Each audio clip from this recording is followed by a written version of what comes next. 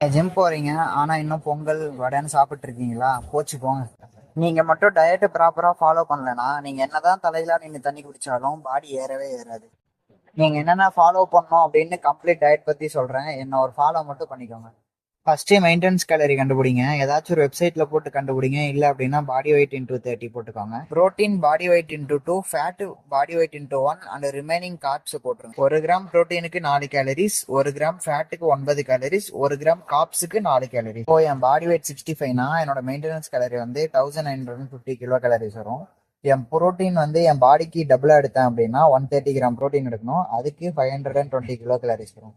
இப்போ ஃபேட்டே 65 × 1 எடுத்தா 65 கிராம் வரும். அதில் 9 பண்ணும்போது 585 கிலோ கேலரிஸ் வரும். ரிமைனிங் ஃபுல்லாகவே காப்ஸ் தான். என்னோட டோட்டல் கேலரி 1950னா அதில் இப்போ என்னோட டோட்டல் கேலரியில இந்த ப்ரோட்டீனுக்கும் ஃபேட்டுக்கும் அந்த டோட்டல் கேலரிஸை மைனஸ் பண்ணால் உங்களுக்கு ஒரு கேலரி கிடைக்கும். அந்த கேலரியோட டிவைட் பை 4 போட்டீங்க அப்படின்னா உங்களுக்கு ஒரு நாளைக்கு தேவையான காப்ஸோட கிராம் கிடைச்சிரும். இது கூட ஒரு நாளைக்கு 10K ஒரு 12K ஸ்டெப்ஸ் நடங்க. நான் சொன்ன டயட்ல எதனா உங்களுக்கு புரியல அப்படின்னா டயட்னு கமெண்ட் பண்ணுங்க. நான் உங்களுக்கு டைரக்டா டிஎம் பண்றேன். வீடியோ முடிஞ்சு